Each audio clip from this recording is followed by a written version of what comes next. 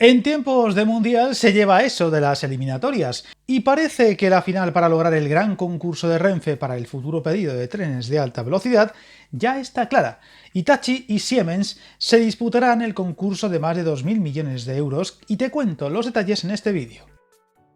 Parecía un secreto a voces, pero ya está confirmado. Hitachi Rail y Siemens Mobility serán los dos únicos aspirantes al mayor concurso de alta velocidad lanzado por Renfe en los últimos años y que contamos al detalle en los correspondientes vídeos, y donde tras cerrarse el plazo para presentar ofertas, estas compañías quedan como las únicas que llegarán a esa línea de meta, y donde solo Talgo les intentó plantar cara. Sin embargo, no ha llegado ni a evaluarse al haberse presentado fuera del plazo establecido, lo que dejará a la competición reducida a las candidatas del fabricante alemán y del grupo anglo-italo-japonés.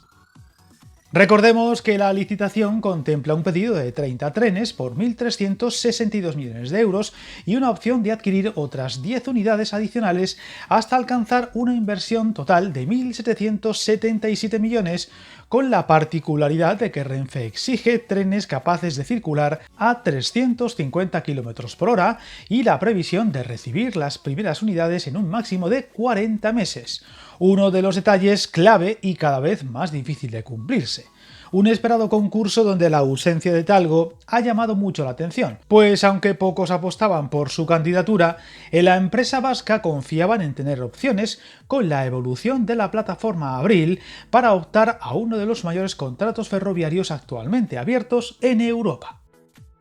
También ha sido muy llamativa la ausencia de Alstom, el fabricante francés, que durante los últimos meses había evitado confirmar si concurriría al proceso, y donde su propuesta principal, el modelo Avelia Horizon, partía con desventaja al disponer de doble piso, un esquema que Renfe no opera en España, mientras que su alternativa de piso único, el Avelia Stream, no tiene aún unidades en circulación en Europa, y solo ha sido encargado por Virgin para futuros servicios en Reino Unido. Una Alstom que tampoco pasa por su mejor momento en España tras los conocidos retrasos en los futuros trenes de cercanías.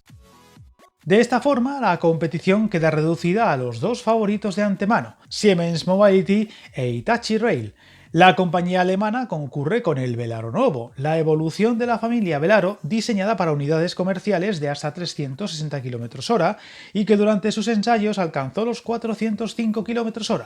Por su parte, Hitachi apuesta por el ETR1000, el mismo modelo que actualmente utiliza Irio en España, concebido para operar hasta 360 km/h y con una amplia trayectoria comercial en Italia o Francia. Un tren que, recordemos, estuvo envuelto en la polémica por el trágico accidente de Adamuz en el pasado mes de enero y donde su peso mayor al resto de la flota que circula por las vías españolas fue apuntado como posible causa del siniestro, finalmente descartado, pero que aún así muchos ponen en duda, al suponer ese mayor peso más desgaste de la infraestructura.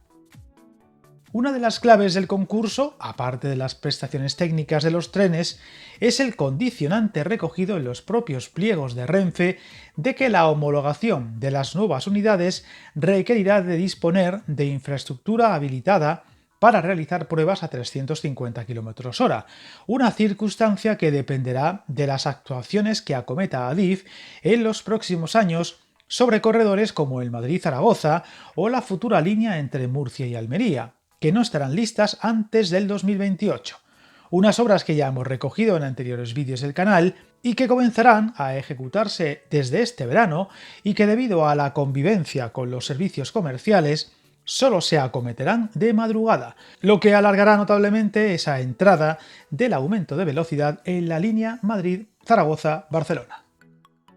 Tras saberse que Siemens e Hitachi serán los que se disputen el preciado contrato, la apertura de las ofertas económicas está prevista para el próximo mes de septiembre, cuando comenzará la fase decisiva que está llamada a renovar progresivamente la flota del AVE de Renfe y sustituir los actuales trenes de la serie 100 en servicio desde principios de los años 90.